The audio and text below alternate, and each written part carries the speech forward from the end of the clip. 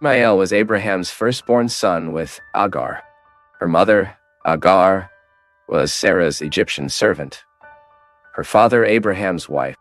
God had promised Abraham that would give him a very numerous descent, even though he was already older. But Sarah was stereo and, according to the custom of her day, she offered her servant, Abraham, so that a family heir would be generated. And this is how Ishmael's biblical history begins. And in this video, we will understand who really was Ishmael according to the Bible. When Ishmael was born, Abraham was 86 years old. And in the light of the biblical texts, we can understand that Abraham loved Ishmael and even asked God to consider him as his promised heir. But when Ishmael was about 13 years old, God renewed his promise to Abraham, who was already 99. And once again, God promised that he would give Abraham a descendant of his own wife, Sarah, and God also commanded all the men in his house to be circumcised as a sign of your alliance. And since Ishmael was 13 years old when he was circumcised, some Arab tribes often circumcise his young people at the same age. Then, after about a year, Isaac was born. And the birth of Sarah and Abraham's biological son caused a number of relationship problems between Sarah and Agar. In fact, even before Ishmael was born, Sarah and Hagar had already disagreed. The biblical text says that after getting pregnant, Hagar despised Sarah. And at this point, Hagar was completely wrong, because, according to the laws of the time, a fertile slave could never oppose his stereo wife. If this happened, the special servant who had been chosen to generate the heir of the family could be demoted to the condition of common slave. So, according to this custom, Sarah had the right to afflict Hagar because of her contempt. In any case, Hagar ended up fleeing to the desert for fear of Sarah. But in the desert, the angel of the Lord, he appeared and ordered her to return to Abram's house.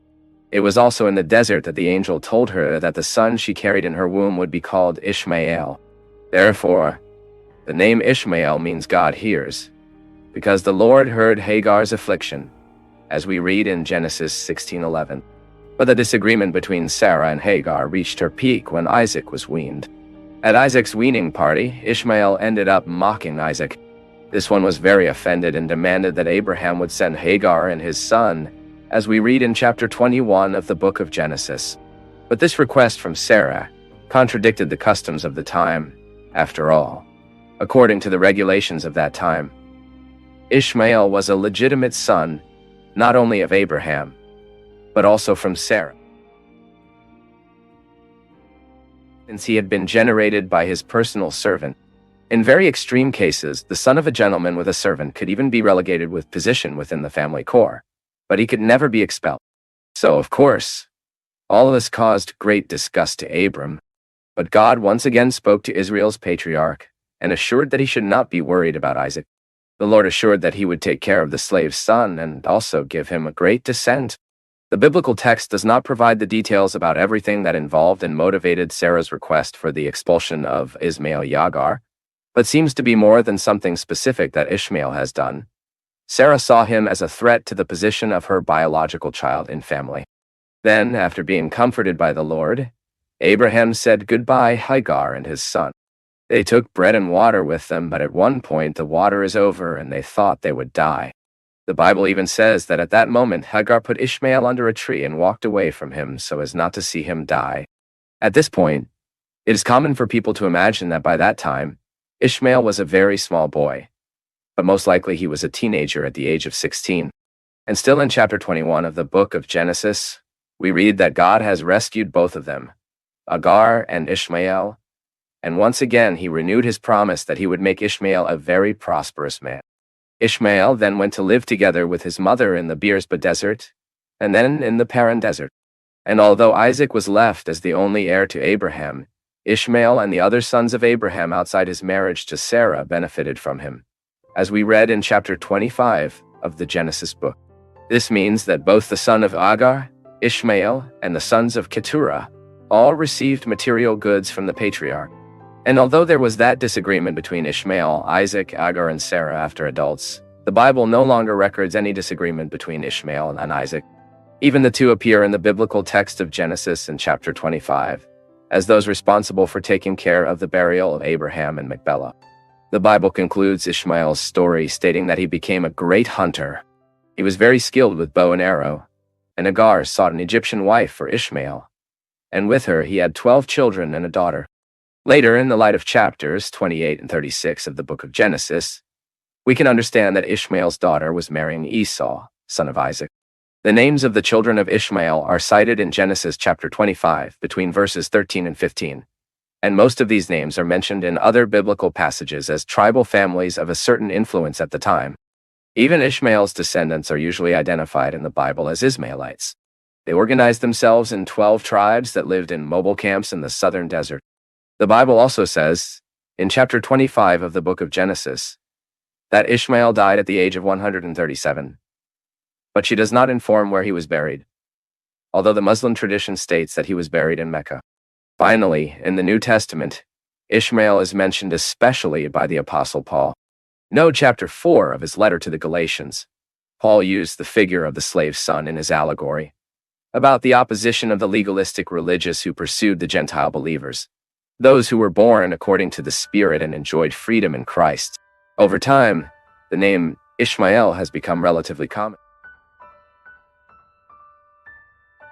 Other people are mentioned in the Bible by the name of Ishmael. There was, for example, a descendant of King Saul and Prince Jonatas called Ishmael. There was also a high officer during the reign of King Jehoshaphat and the son of a priest of the time of Ezra. But among all the people mentioned, besides the son of Hagar, the best known of them was the son of Netanias, who was a member of the royal house of David. This is because during the time of the oppression of the Babylonians against the Jews, it was this Ishmael who killed Gedaliah, the governor of Judah appointed by Nebuchadnezzar, as we read in the second book of Kings, in chapter 25. Also in the book of prophet Jeremiah, among chapters 40 and 41. Then, to complete our study of Ishmael's history in the Bible, we can highlight some main points. Ishmael was not God's promised son to Abraham, but still God took care of him. It was the Lord who chose the name of Ishmael and destined him to greatness, although he was outside the covenant. Then Ishmael was blessed with a great offspring, which was also organized in a 12-clan tribal structure, as well as Isaac's descendants. Ishmael's character was also described by God in order to emphasize the nomadic life of his descent and the opposition his people would make to the children of the covenant. Even over time, Ishmael's descendants joined the Midianites, who were also descendants of Abraham through Keturah. So that in various biblical passages, the Ishmaelites and the Midianites are basically the same people. And today, the Arab people trace their offspring to Abraham mainly through Ishmael.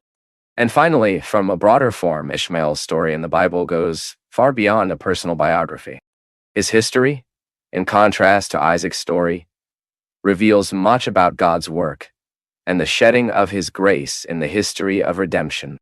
Ishmael was the natural birth of the relationship of two fertile people, Abraham and Hagar. Isaac, on the other hand, was the supernatural birth that revealed the great power of God, which caused a 90-year-old stereo woman to generate a child. And this helps to explain Ishmael's indirect quote in the New Testament, placing him as a figure of the one who will be born according to the flesh, in contrast to the one who was born according to the Spirit.